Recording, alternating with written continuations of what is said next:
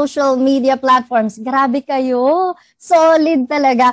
Plus na plus talaga excitement at hatid sa atin ng 69+1. Kaya naman, isa-isahin na natin. Hindi ko na patatagalin pa. Isa-isahin na natin ang cast at director ng newest sexy comedy movie na 69+1. At eto na. Eto na talaga. Let's begin. Okay, she is a commercial model and a former member of Pop Girls. We've known her in her roles as Sophia from the movie Paglaki Ko, Gusto Ko Maging Porn Star, and as Lovely from the movie Gluta. Let's welcome and meet her as she plays the role of Patricia in this movie. Let's all welcome Rose Van Ginkel. Hello, Rose. Hello! Hi, Jean! Hello po sa inyo lahat. Magandang hapon po. There you go. Super. Alam mo na, amaze talaga ako sa hair mo tuwing makikita kita. Sobrang bet ko talaga yung hair mo. Okay. That was Rose Van Ginkel. From being a teenage star, nasaksihan natin ang pag-bloom ng career niya into one of the sexiest actresses of today's generation. At ngayon, fresh from the success of Paglaki Ko, Gusto Ko Maging Porn Star, makikilala naman natin siya bilang si Ivy in this movie. Let's all welcome Maui Taylor. Hello, everyone. Good afternoon. Hi, Jean. Hello, Miss Maui. Nice to see you again. Yep, as always. Thank you. And to complete our cast, he made his mark by being a comedian, host, and as an R&B soul hit maker, earning him the moniker Philippines King of Soul. We've also known him from his successful films Sanggano, Sanggagot, Sangguapo, Takboy Sakusa, and a lot more. And now, let's meet him as Apol, ang mapapasama sa isang triple with his two crushes. Let's all welcome Mr. Jano Gibbs. Hi, Jean. Hello, Mr. Jano. Hi, everyone. There you have it. And last but not the least, he is the writer and director of the blockbuster movie Joa Ball and 6 of the successful Viva Max releases Paglaki Ko, Gusto Ko Maging Porn Star, Tililing, Kung Pwede Lang, The Rant, Serye, Ang Babaeng Walang Pakiramdam, Gluta, and Revirginize. Let's all welcome the director of the newest sexy comedy movie in the 69+1. None other than Direk Daryl Yap. Hello, Direk. Good afternoon. Good afternoon, everybody. Good afternoon, Jean. I miss you. Miss you. Ayan, sana makita ko po ko ulit kayo soon. Nabulol pa. Kinabahan ako bigla. Ganon. Okay. Bago ang lahat, maraming salamat muli sa ating friends from TV, print, and online media for joining us here today. Maraming salamat po sa pagsama ninyo sa amin. At ayan, nakita na natin ang cast at director ng 69+1. Let's move on agad-agad sa Q&A portion. Okay. Just a little reminder for our press and vloggers. We'll be limiting 2 questions per press. That already includes your follow-up question for us to accommodate everyone. Also, please refrain from asking insensitive and offensive questions. While waiting for your turn to ask, kindly turn off your microphone and camera for a while. And also, we will be mentioning press names to be on standby mode, but meaning by that time, you can now open your camera and microphone, but please make sure that your audio won't be a distraction to the ongoing press con. And lastly, if you are having any technical problem, you can send Viva your questions and we'll be the one to ask it for you. Thank you for your cooperation. And now, let's open the floor for your questions para sa ating cast and director. Okay, this is our first batch. Please do stand by. Jojo Panaligan, writer.ph, Naz Tabares, Pelikula, Mania. Stephanie Bernardo of Bulletin, Manila Santos, Push. Ray Pumaloy, Abante Liling, and Roldan Castro, Abante Tonight. Our first question will be coming from Jojo Panaligan of writer.ph. Hello. Hi, Jean. Hi, everyone. Hello. Hi. Unang tanong. Hi, Jojo. Hello. Sa cast, naniniwala ba kayo sa 7-year itch? Yes. Yes. Oh. Doesn't have to be 7 years talaga. Doesn't have to be on the 7th year, pero around that time, yes, meron talaga. Okay, so what do you do para ma-save yung relationship pag gano'n? Or kung kayo mismo yung nakananas or kung kayo magbibigay ng tips sa iba? Parang mali akong sumagot. Okay, let's hear it from Rose. Rose? Siguro usap talaga. Importante yung yung nag-share kayo ng thoughts, yung nag-uusap kayo palagi kung ano yung nangyayari sa relationship mo, sa buhay nyo. Importante talaga sa isang relasyon yung lagi kayo nag-uusap. So, para ma-save din talaga, kailangan at least, 'di ba, kahit saglit lang sa isang araw makapag-usap kayo. Thank you, Rose. Miss Maui? Nadaanan ko na yan eh. Not just on the 7th year. They always say, diba, it's the 3rd year, the 7th year, and the 9th year. Napagdaanan ko na yan. What do you do to save the relationship? Basically, pagdating mo sa point na yun, it's a make it or break it thing eh. The two of you decide. If you want to make it, then I guess you need to settle your issues and differences. Kung nawalan man kayo ng trust sa isa't isa, kailangan yung ibalik yun. Kung nawalan kayo ng love or respect, nasa inyo na rin yun kung ibabalik nyo yun. So tama rin si Rose. It's basically about talking. And I've talked to a couple who has been together for more than 20 years. Actually, hindi sila kasala. And sabi ko, what's the secret? Paano nyo nagagawa yun? Ang sagot sa akin ng girl is, she makes sure that every time the guy comes home, para pa rin silang bagong magjowa. You know, she's dressed, she's made up. Kasi malaking factor daw yun sa mga guys. So, yeah. Para hindi mamatay yung romance pa din.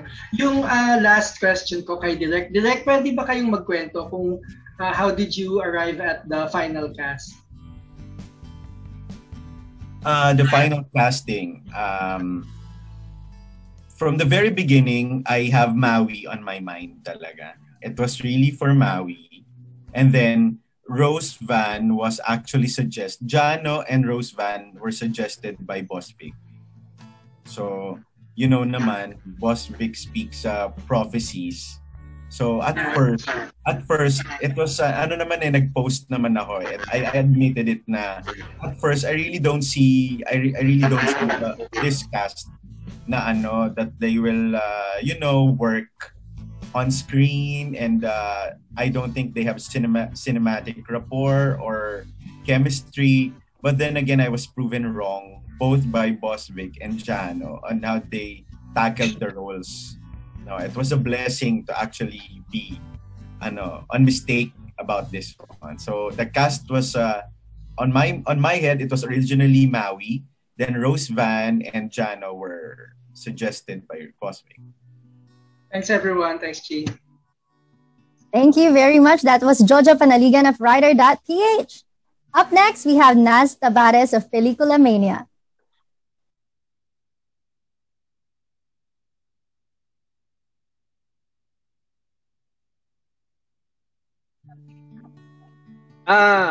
Ako, kinabahan ako kasi marami sa mga, aside from the theme, the entire theme, yung mga scenes, marami dito hindi ko pa nagagawa sa iba kong movies.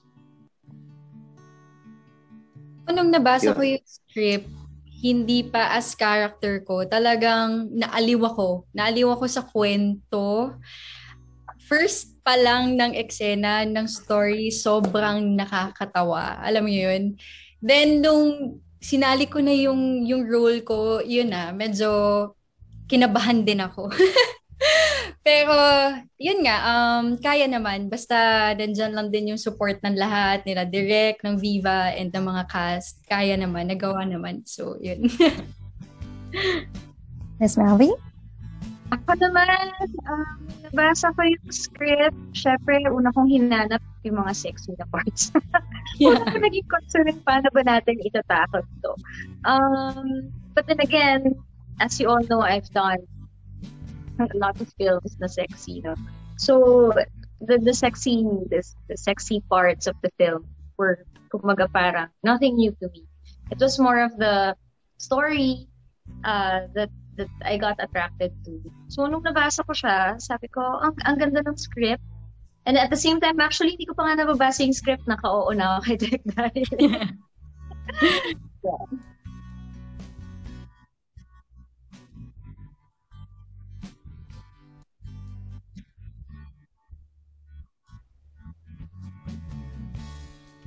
Well, from script to screen, what do you mean by that? I mean, we didn't have any script reading. We just met sa first day na, and sa look test, sa look test. So, kung kamusta sila, I will answer it in a deeper sense, no. I really adore these three, not because they are good actors, but they are good people. I always believe that in order for you to act well, in order to convince people, you have to know yourself talaga fully. And these three people, they are very, very true to themselves. Especially when we were shooting this, if I may, baka pagalitan ako nitong tatlo. Pero wala naman akong pake. So, ano tawag dito? Nung sinushoot namin to, Rose Van is on the verge of actually quitting showbiz. No, she's done so many commercials, nakapag-talents na din sa maraming film, nag-support na din. She's about to quit. And when we were shooting this, Jano was actually from a controversy na parang na-put siya sa bad light na hindi naman niya deserve. And lastly, nung ginagawa namin ito, may pinagdadaanan si Maui. Kaya talagang bilib na bilib ako sa tatlong ito.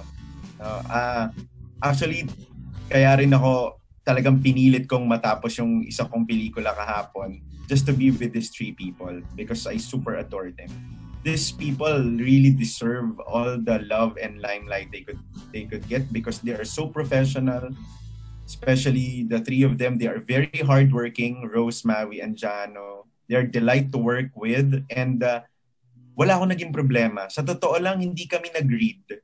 Because when I write script, I see to it that the words are being said by real people.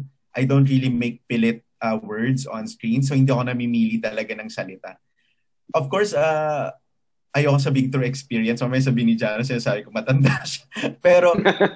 Pero sa script, pagdating sa eksena ng sexy, it was really Maui na tinatanong ko, ano sa tingin mo dito, Maui? Ano ganyan? So Maui will say, akin direct, ganito, okay lang ako. Pero, alam mo, she's very generous to Rose and saying na, okay na yan kay Rose, dapat si Rose yan direct. Alam mo, she's really, Maui's really, generous. Really kind. I've always said it sa lahat ng mga ko. If I'm being asked kahit hindi namin film, if they will name, if I have to name the kindest artist I've worked with, I said Sharon Cuneta, Maui. Dalawa sila talaga. Very, very kind people. So, ko, naiyak ka na, no? So yun. Alam ka naman eh. So, ayun, ang tawag dito. Of course, Rose is very a fighter and ready to fight for whatever opportunities given to her. And of course, Jano is very helpful when it comes to his kind of comedy because when I offered the script to him, Boss Vic said na nako, magagamit mo yan si Jano para lumawak yung horizon mo when it comes to Philippine comedy. And to my surprise, he educated me not only with timing, with the comedic antics, but also when it comes to formulating words in script. Intelligent person. So it's really, really a delight and a very wow. Thank you. It's a very nice filming experience with these three people. Thank you. Sarap naman pakinggan nun. Naiiyak na si Sir Jano at si Miss Maui. Mag-ilig magpaiyak yan. Okay, so up next, bago pa magkaiyakan, let's move on. Up next, we have Stephanie Bernardo of Manila Bulletin. Yes po, hello po, good afternoon po everyone. So, hi Stephanie. Po ay, hello po, for Direct Daryl po. So, Direct, could you share with us ano yung backstory ng controversial poster and title? Okay. When I pitched this to Viva, the title talaga is 69+1 because it's the millennial term for threesome. So when I pitched this to Boss Vic, ang unang tanong niya, 69+1. So ano tong 69 plus 1? Sabi ko, 69 plus 1 po, 69 is a sexual position. Then if you're gonna add plus 1, that means it's a threesome. Then he asked me, sabi mo sa akin, ano to, first time in Philippine CinemaScope. Marami na tayong naging pelikula na tatluhan, like Tatlo Magkasalo, Tatsulok, Pusong Mamon. So I said, this is the first polyamory Philippine film because number one, Pusong Mamon, ang kwento naman kasi nun yung character ni Miss Lorna Tolentino, parang na-inlove siya sa character ni Albert. Hindi niya alam na si Albert may ka-relationship na gay. Yun namang Tatlo Magkasalo, ano naman to, hindi rin nila choice maging tatlo sa isang relasyon. At yung Tatsulok din, which was shot in Olongapo, where we also shot 69 plus 1, hindi rin nila alam na sila ay tatlo sa isang relasyon. So a polyamory film is actually a film na may consensus ng tatlong character na they are all for it, na willing silang mapaloob sa isang relasyon. So I said that to Boss Vic that this is a well-researched film. This is actually the first of its kind. And I know that as a Catholic country, we may find this very, awkward and very sensitive to deal with. But that's who I am as a filmmaker. I also talked to Jano about his family, kung anong magiging palagay. Sabi naman sa akin, huwag ka mag-alala, direct, di ko na lang sila panonoorin. And with Maui, of course, with sons, ganun ka, meron na siyang mga kids, no? So sinabi ko rin yun na this is actually an eye-opening to the modern world, not only in the film industry, that these relationships do exist. And if no one will discuss this, then sino? So being the menace and the stubborn director that I am, so I am bound to discuss these things. And I'm very happy to discuss these things with three amazing stars. Okay. So follow up ko direct, though pwede pa rin yung sa poster kung ano yung behind ng story. Tapos follow up ko, clear mo lang, you're not encouraging na parang magkaroon ng mga gantong type ng relationship. Kasi parang based sa comments, parang yung mga too sensitive mga Filipino, parang ini-insinuate mo daw na parang, may ganito, parang ini-encourage mo. So, could you please clear kung ano yung pinaka-main purpose ng film? Okay, when it comes to the poster, I was just being asked by the Viva marketing group if ano daw ang gusto kong makita, and it's very the poster is very international and it's very classy, so I just said yes to it. Well, I cannot put into graphic naman what threesome means eh. Kung ako lang gagawa niyan, baka hindi namin na i-post yan. So, okay yun, very very classy yung sa Viva. If your question, if I'm encouraging, I'm giving the people options. I'm telling them what is happening. I'm not telling them what to do. No, this is the environment. This is what's happening around us. Now, through this film, they will decide whether they want to be in that predicament. Gusto ba nila nang nasa ganitong sitwasyon? Kaya ba nila ang pressure na magkaroon ng dalawang karelasyon sa isang ugnayan? When people always judge me and saying that I'm promoting immoral things or things that are not supposed to be viewed by children, well, aren't they thankful that they have a complete example of what not to do? Because sometimes when we let the children watch sensitive contents like this, we always tell them in imagination eh. But it's up to the kids when they grow up. O kung maaga silang na-expose sa ganito, then they'll say, ay hindi maganda yan. When they happen to see 69 plus 1, they have to weigh things eh. No? It's not the parents who will think for them. So pag napanood nila to, yung pelikula ni Jano, ni Maui, tsaka ni Rose, ano ba yung naranasan nila doon? Gusto ko bang maranasan yon? Am I up for it? Am I ready for such trouble of having a trouble? So this is not an endorsement. This is entertainment with education. And sometimes education is a bitter pill to swallow, as same as the truth. But it's up to the people to decide. I'm not a preachy filmmaker. I don't tell them what to do and what not to do. I just present the truth and the things that are happening, and it's up to them on about their reaction. Because I believe that the Filipino audience, we are very intelligent right now. Sa dami ng streaming apps, sa dami ng pelikulang hinahain sa atin, feeling ko ang manonood ng pelikula ko hindi naman tanga at bobo na, ay pwedeng 3, maganap ako ng 2. Feeling ko hindi naman po ganun. So, I'm just clinging on the part that the Filipino audience is as smart as the international ones. Wow, ganda. Thank you so much, Direk, and congrats on the black. Thank you. Thank you very much. That was Stephanie Bernardo of Manila Bulletin. Let us have Manila Santos of Push. Hi, good afternoon, guys. My questions for the cast. You all play sexually liberated characters in this film. In real life, how conservative or liberated are you really? Rose?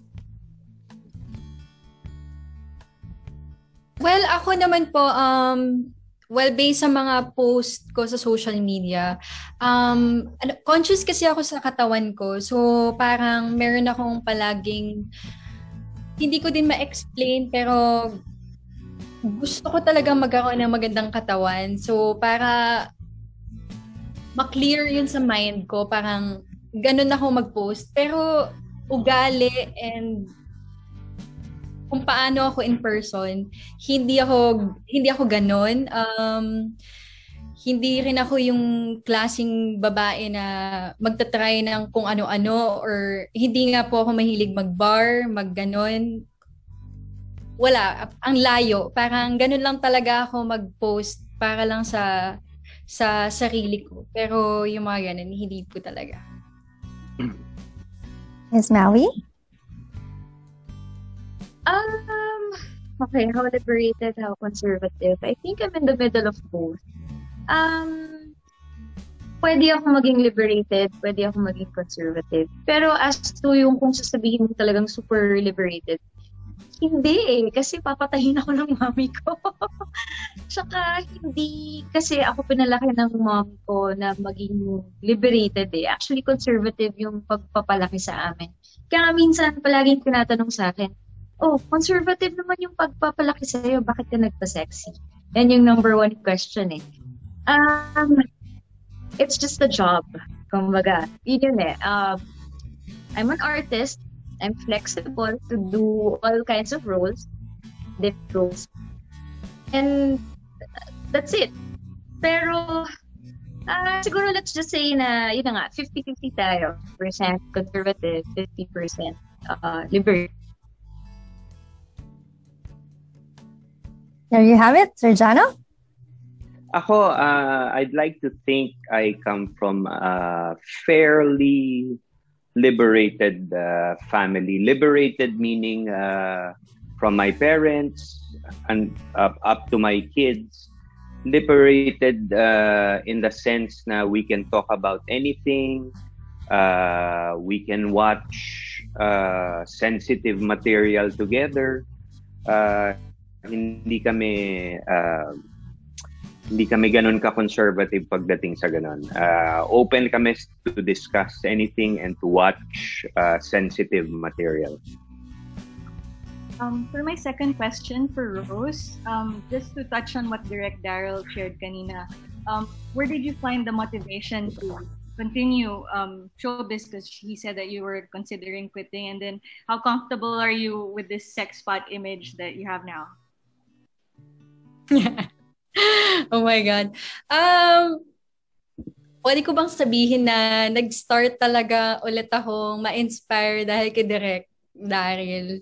Kasi yun nga, bago nga mag-lockdown, bago mag-pandemic, yun nga, parang nakapag-decide na talaga ako. Pero since na nag-start ulit ako sa paglaki ko, gusto ko maging porn star and nabigyan ulit ako ng project with Direk. So parang nagkaroon ako ng motivation, na-inspire ako ulit na baka try ko ulit, baka kaya, baka kumbaga yung sinasabi nila na right timing lang, na baka before hindi pa talaga para sa akin. So nag-start ulit talaga nung naka-work ko na si Direk. So, actually na ano din ako sa kanya na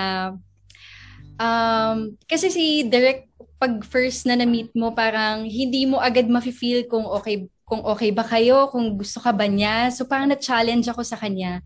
So, yun, dun talaga nag-start ulit. You. Thank you very much. Manila Santos of Push.